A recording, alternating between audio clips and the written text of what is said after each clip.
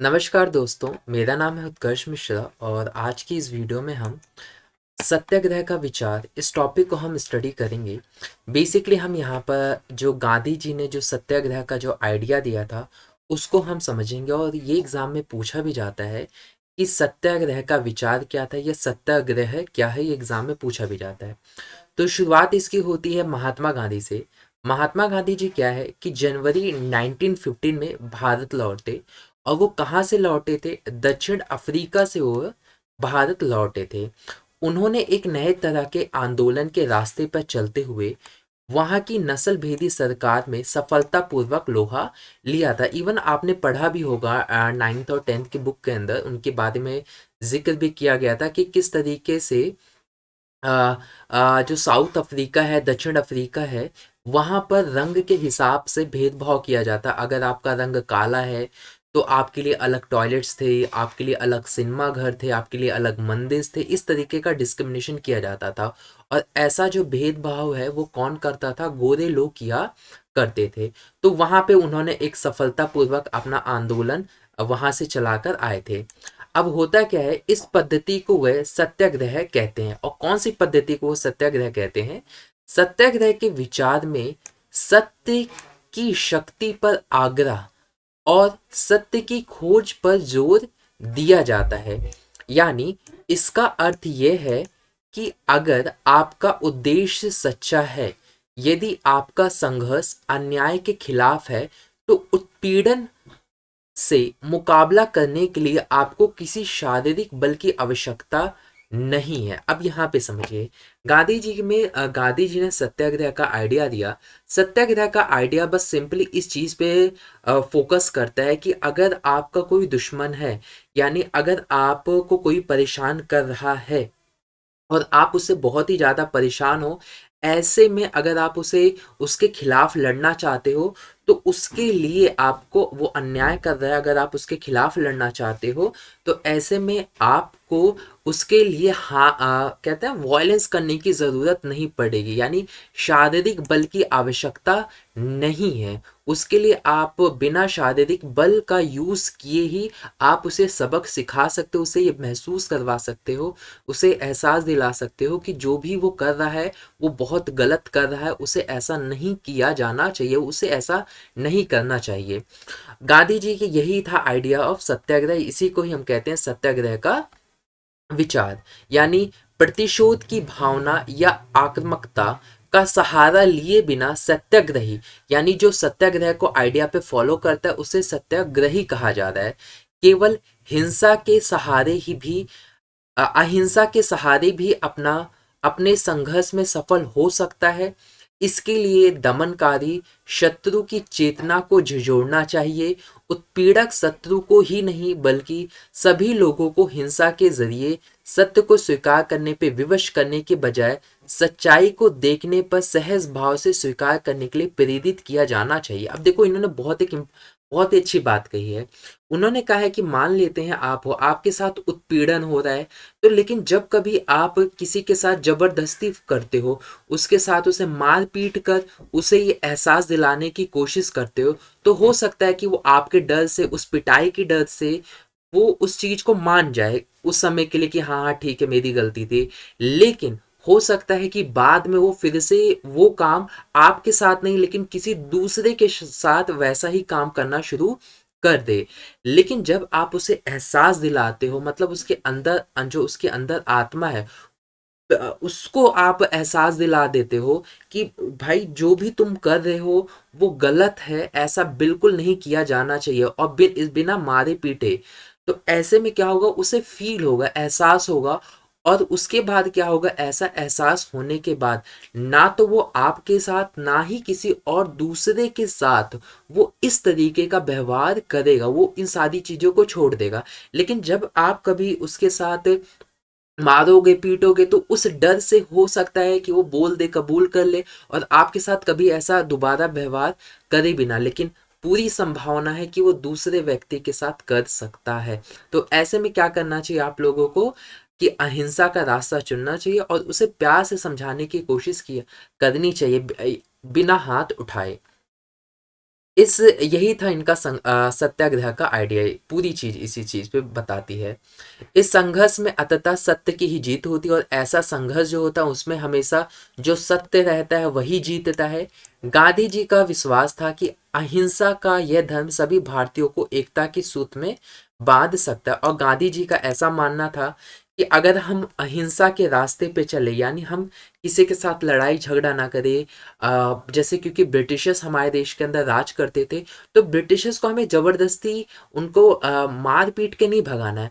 उन्हें हमें ये एहसास दिलाना है कि आप लोग हम पर बहुत ही बुरी तरीके से शासन कर रहे हो, और ये शासन अब आप छोड़कर चले जाओ। आप अपनी जो ये जिस तरीके से आप बुरा बर्ताव कर रहे हो ऐसा करना बंद कर दो।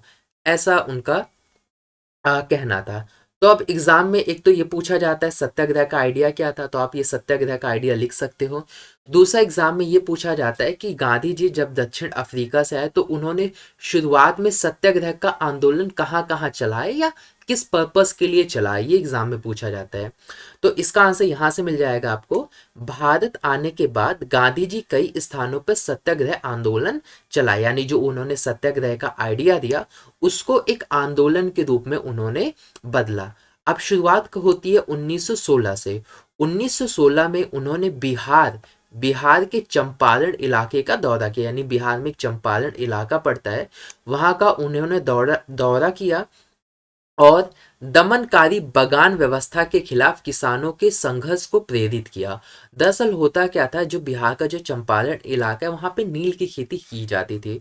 तो नील की खेती एक ऐसी खेती होती है जो अगर एक बार आपके खेत में कर दी जाती है तो उसके बाद वो उसको बहुत ही ज़्यादा, पहली चीज़ फर्टिलिटी चाहिए होती है। मिट्टी की सारी जो ताकत है उस बहुत सारी ताकत को ऑब्जर्व कर लेता है। ऐसे में नील की खेती करने के बाद अगर आप उसके जस्ट तुरंत बाद कोई दूसरी फसल को ग्रो करते तो वो फसल ग्रो तो हो जाएगी, लेकिन उसमें उतने फूल पत्तियां नहीं आएंगे, वो अच्छे तरीके से वो पौधा उगेगा नहीं। ऐसे में वहाँ के लोग बहुत ही बुरी तरीके से परेशान हो चुके थे। क्यों? क्योंकि इंडिगो की नील की उन्हें खेती करनी पड़ती थी। नील की खेती करने के बावजूद उन्हें अच्छा पैसा नहीं मिलता था। कम से कम अच्छा उनको पैसा मिले तो कम से कम उनको थोड़ा ये तो रहे कि कुछ नहीं, पैसा तो अच्छा खासा मिल रहा है, लेकिन उनको पैसा अच्छा खासा नहीं मिलता था। ऊपर से जो ज़मीन की क्वालिटी होती थी, जो उसकी ताकत होती, वो ख़राब हो जाती थी।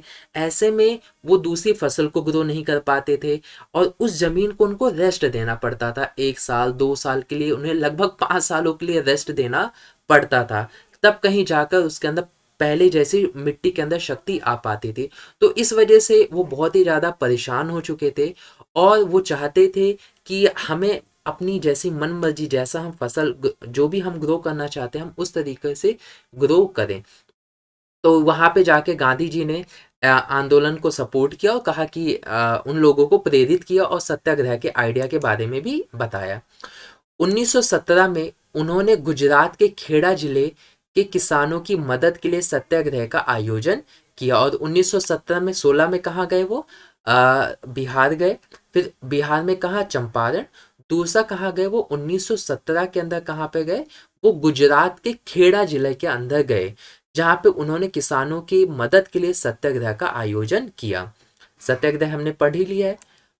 अब यहाँ के लोग क्या थे, फसल खराब हो जाने और प्लेग की महामारी के कारण खेड़ा के जिले के किसान लगान चुकाने के हालत में नहीं थे। अब यहाँ पे क्या हुआ था, पहली चीज इनकी फसल खराब हो गई थी। दूसरी चीज एक प्लेग की महामारी आ गई थी। प्लेग की महामारी चूहों की वजह से फैलती है। तो वो एक बीमारी होती है जिससे हाथ पैर काले वगैरह पड़ने लग जाते हैं और मौतें भी होने लगती है बहुत बड़े नंबर्स में। तो फसल खराब हुआ, महामारी छा रखी है। ऐसे में वो लोग जो लगान देते थे ब्रिटिशर्स को, या कह सकते हैं आप कॉलोनियल गवर्नमेंट को, वो लोग कम नहीं कर रहे थे। रेंट मतलब जो भी वो देते थे लगान वगैरह, उसको कम नहीं कर रखे थे, और इनके पास इतनी बुरी कंडीशन हो चुकी थी कि वो लगान चुका ही नहीं पा रहे थे। वे चाहते थे कि लगान की वसूली में ढील दी जाए, कि जो लगान आप हमसे वसूल कर रहे हो उसे थोड़ा कम कर दिया जाए, बाद में ले लिया जाए। इस तरीके की वो थोड़ी राहत चाहते थे, लेकिन ऐसा वो लोग नहीं कर रहे थे। तो गांधी जी वहां पर जाके सत्याग्रह का आंदोलन कर रहे थे, यानी अपनी बात वो मनवा रहे थे बिना वॉयलेंस किए। 1918 में गांधी जी सूती कपड़ा कारखानों के मजदूरों के बीच सत्याग्रह आंदोलन चलाने अहमदाबाद पहुंचे। और फिर 1918 के अंदर कहाँ गांधी जी चले गए? गुजरात के अंदर ही सूती जो कपड़ा कारखाने थे वहां पर चलेगा। और ये अहमदाबाद है वो भी गुजरात में ही पड़ता है, वहां पर वो गए। और वहां पे जो उनकी शिकायतें थी कारखाने मजदूरों की, उनकी बात सुनी और उनके लिए भी सत्याग्रह वो कर रहे थे। तो दो चीज आपको ध्यान रखिए, 1916 में कहाँ गए, 1917 में कहाँ गए, फिर 1918 में कहाँ गए। 16, 17, 18 ये आपको ध्यान में रखना पड़ेगा, कहाँ कहाँ गए, तो वो उनका जाने का वहाँ का क्या रीज़न था। अब इसी टॉपिक के साथ यहाँ पर आपके एक बॉक्स बना है जो यहाँ से पूछ लिया जाता है। वैसे इस पूरे बॉक्स आप पढ़ सकते हो आराम से, लेकिन जो एग्जाम में पूछा जाता है मैं उसको केवल यहाँ पर जिक्र करूंगा। एक आता है निष्क्रिय प्रतिरोध और एक होता है सक्रिय प्रतिरोध, या यहाँ पे सक्रिय आंदोलन कह रखा है, लेकिन आप इसे एग्जाम में सक्रिय आंदोलन पूछ ले या फिर सक्रिय प्रतिरोध क्या होता है इसके बारे में समझते हैं। बहुत सिंपल है। निष्क्रिय प्रतिरोध वो होता है जहां पर आप हथियारों का उपयोग करते हो। क्लियर? निष्क्रिय प्रतिरोध वो होता है जहां पर हथियारों का उपयोग करते हैं। सेम इसी का उल्टा क्या है? सक्रिय प्रतिरोध या आंदोलन। ये ऐसा आंदोलन होता है, ये ऐसा प्रतिरोध होता है जहां आप हथियारों का उपयोग नहीं करते। वहां पर आप क्या करते हो? अपनी बात से मनवाने की कोशिश करते हो उस सरकार को, यहाँ की नीति, वहाँ के गवर्नमेंट के, वहाँ के शासन को, इस तरीके से। उम्मीद करता हूँ ये वीडियो आप लोगों को अच्छी लगी होगी, समझ आया होगा। वीडियो कैसी लगी आप लोग मुझे कमेंट करके बता सकते हो। एंड नेक्स्ट वीडियो में आपसे मैं मिलूंगा, तब तक के लिए बाय बाय।